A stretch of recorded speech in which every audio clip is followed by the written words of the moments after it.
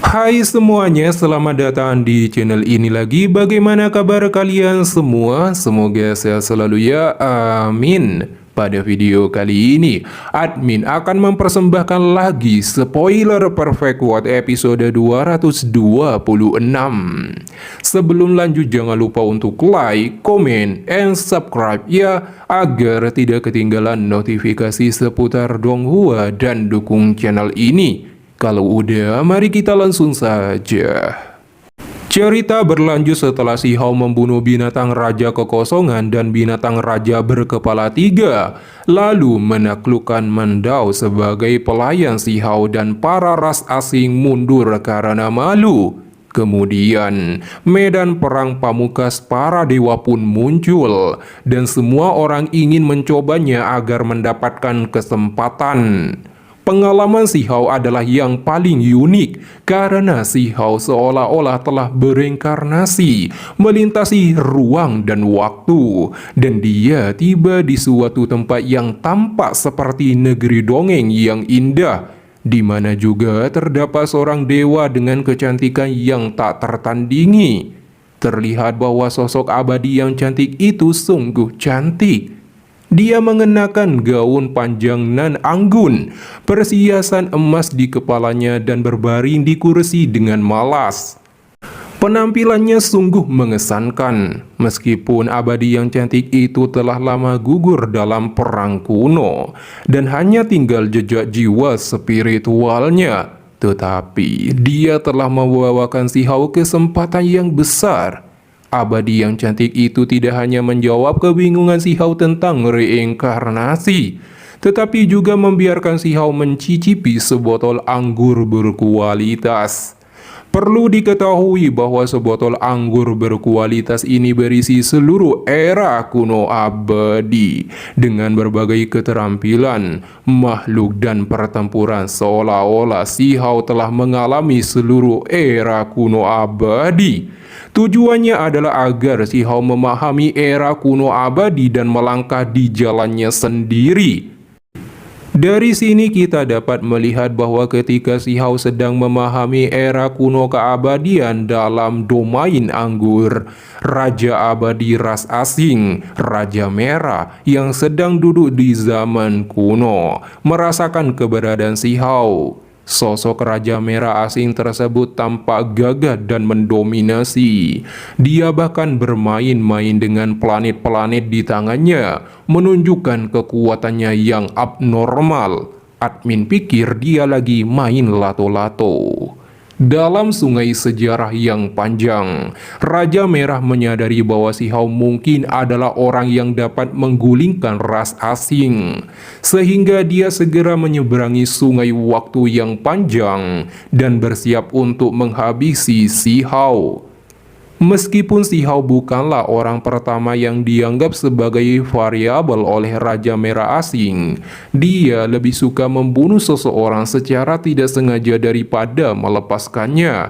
Raja Merah tetap bersedia menanggung sebab dan akibat yang besar dari sungai waktu dan mengambil tindakan terhadap Si Hao yang belum dewasa. Ketika Raja Merah muncul secara dominasi dan menindas di depan Si Hao sembari berkata, "Akhirnya aku menemukanmu." Si Hao sama sekali tidak memiliki kekuatan untuk melawan, dan bahkan peri cantik di depannya pun masih tidak mampu melawan. Tekanan yang sangat besar membuat mereka berdua terengah-engah dan tak bisa bergerak. Namun ketika Raja Merah abadi dari ras asing hendak membunuh Si Hao sampai membuat langit dan bumi runtuh akan pergerakannya, tiba-tiba di batas cakrawala, sebuah kekuatan memblokir tindakan Raja Merah secara mendominasi hingga sungai waktu yang panjang pecah. Tak disangka seorang kaisar wanita berpakaian putih yang tak tertandingi datang dari masa depan, melintasi sungai waktu yang panjang secara dominasi. Dia mengenakan topeng perunggu dan wajahnya tak terlihat, tapi dia tetap memancarkan kecantikan yang memukau, anggun, pendiam, dan aura yang kuat menyebar darinya. Kaisar misterius berpakaian putih ini adalah kaisar yang kejam. Dari sini kita dapat melihat bahwa kaisar yang kejam melawan arus waktu dan juga menderita konsekuensi yang sangat besar. Tetapi bagi Si Hao, kaisar yang kejam tetap datang untuk menyelamatkan nyawanya ketika merasakan bahaya mengancam Si Hao. Raja Merah sungguh tidak menyangka akan ada orang yang memiliki hubungan dengan Si Hao. Awalnya dia berpikir Dewa Willow yang pasti akan datang, tapi sepertinya tidak demikian. Meski demikian, Raja Merah tertawa menyebabkan langit terbelah, retakan ruang hitam besar memanjang keluar. Kaisar yang kejam kemudian memamerkan topengnya, berubah menjadi cincin cahaya dan kabut yang kacau, lalu berubah menjadi pedang abadi yang mengandung niat membunuh tak terkendali, dan berubah lagi menjadi kendi dao yang hebat, dikelilingi oleh energi abadi yang tak ada habisnya, dan kembali lagi jadi topeng. Raja Merah tertawa melihat kaisar yang kejam memamerkan artefak tertingginya. Dia tidak berharap akan ada seseorang yang berani menentangnya setelah era agung kuno berlalu ribuan tahun. Raja Merah juga menegaskan akan membuat kaisar yang kejam menjadi pelayan di sisinya. Mendengar perkataan kurang ajar tersebut, kilatan tajam dari mata kaisar yang kejam dan gelombang aura mengerikan terpancar darinya dan dibebankan pada Raja Merah. Raja Merah berkata merasakan aura mematikan ini. Berapa banyak era agung dan waktu berlalu sebelum seorang wanita sepertimu bisa muncul. Lonjakan kekuatan meletus dari tubuhnya dan menjadi pilar cahaya merah mematikan dibebankan pada kaisar yang kejam. Di bawah serangan ini, kaisar yang kejam mengangkat tangannya yang diselimuti jejak magis dan menamparnya ke depan.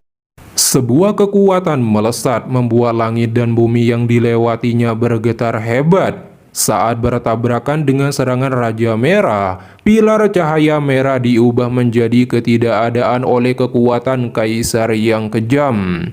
Ekspresi Raja Merah terkejut, tidak menyangka serangannya akan diblokir dengan mudah. Lalu kaisar yang kejam melepaskan topeng perunggunya dengan satu gerakan dan berubah menjadi layar penghalang surgawi yang luas, menghancurkan bintang-bintang di langit dan bergerak ke depan, dibebankan pada Raja Merah.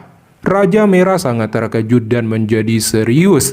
Dia meraung keras dan tubuhnya berubah menjadi raksasa yang ditutupi armor emas abadi, bahkan kepalanya juga. Dengan suara yang keras, Raja Merah menahan layar penghalang surgawi yang luas dari topeng perunggu. Dia juga berusaha menghancurkan topeng. Di bawah tekanan dahsyat ini, telapak tangannya mengeluarkan darah berceceran.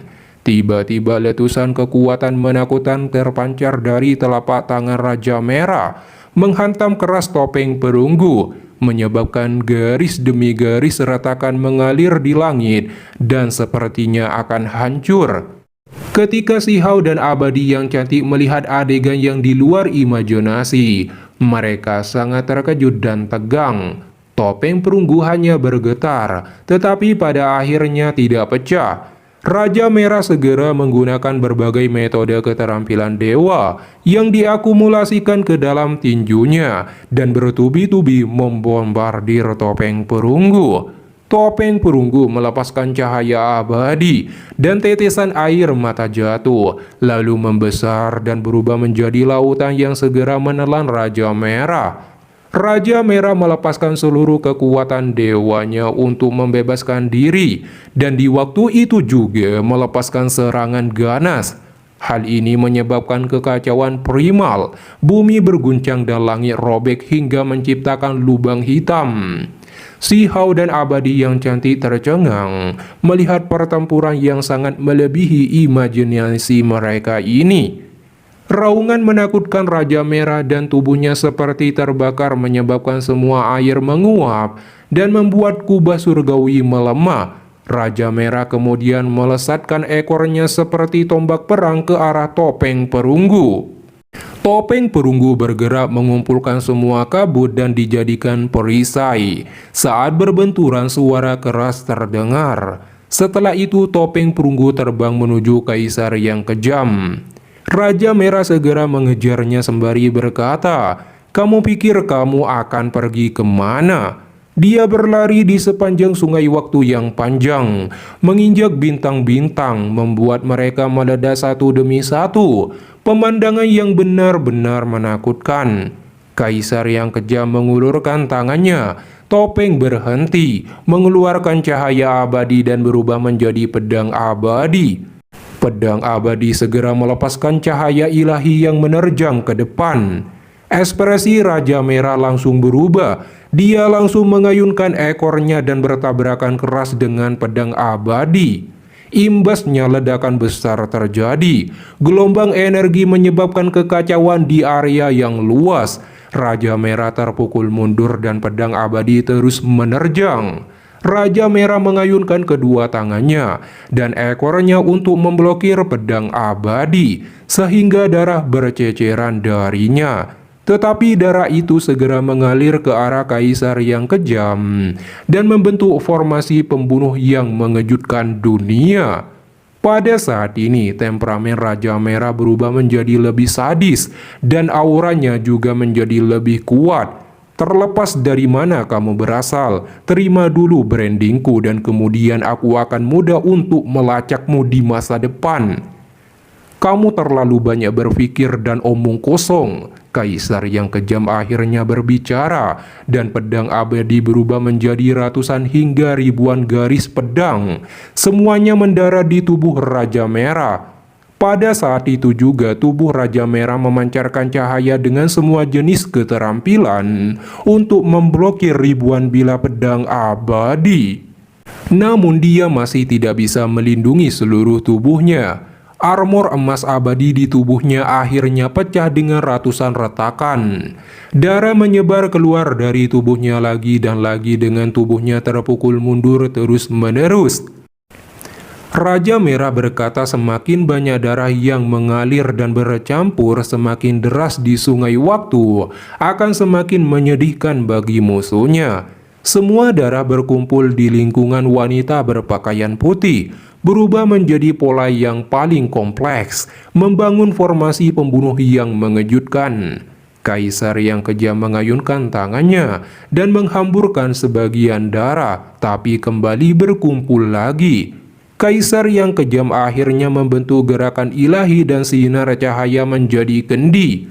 Mulut kendi melepaskan kecemerlangan ke arah darah, membuatnya menguap dan dibakar. Raja Merah terkejut. Dia menampilkan metode terlarang yang paling kuat, mulai bergegas menyerang. Pada saat yang sama, Kaisar yang kejam memanggil pedang abadi dan menyatu dengan kendi cahaya dengan simbol indah di permukaannya. Kendi kemudian mulai melahap dan menyedot darah di sungai waktu, bahkan di tubuh Raja Merah, yang membuatnya sangat khawatir. Raja Merah buru-buru menggunakan serangannya membelah langit untuk sementara memutuskan hubungan antara Kaisar yang kejam dan dirinya. Namun kendi memancarkan sinar cahaya yang menutupi langit dan bumi. Raja Merah langsung terlempar akibat pancaran tersebut. Armor di tubuhnya hancur saat menabrak hulu dan sumber sungai waktu. Raja Merah kemudian mengeluarkan jurus surgawi kuno yang tak tertandingi karena tidak ingin musuhnya meledakkan tubuhnya ke masa lalu. Sayangnya, Kaisar yang kejam segera mengeluarkan mata air dan cahaya yang tak berujung dari kendi. Itu mengeluarkan kekuatan kesengsaraan abadi yang segera menyambar tubuh Raja Merah sampai seluruh tubuhnya hancur berkeping-keping dan menyelesaikan krisis Sihau. Tetapi tubuh asli Raja Merah sangat marah saat ini dan dengan nekat ingin pergi menggunakan tubuh aslinya ke masa depan.